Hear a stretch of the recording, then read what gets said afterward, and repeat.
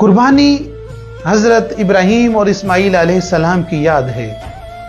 جس طرح حضرت ابراہیم علیہ السلام نے اپنا اسماعیل اس کے راستے میں قربان کر دیا، تو یہی ہمیں حکم دیا جاتا ہے کہ جب تک تم اپنا اسماعیل اس کے راستے میں قربان نہیں کرو گے، خلیل کے مقام پہ نہیں پہنچ سکتے. ہمارا اسماعیل کیا ہے کہ جو ہماری پسندیدہ چیز ہے، جسے ہمیں سب سے زیادہ پیار ہے، ہم جس سے سب سے زیادہ محبت کرتے ہیں، جس کی سب سے زیادہ قدر ہے ہماری نگاہ میں، اس کو اس کے راستے میں قربان کرنا ہے.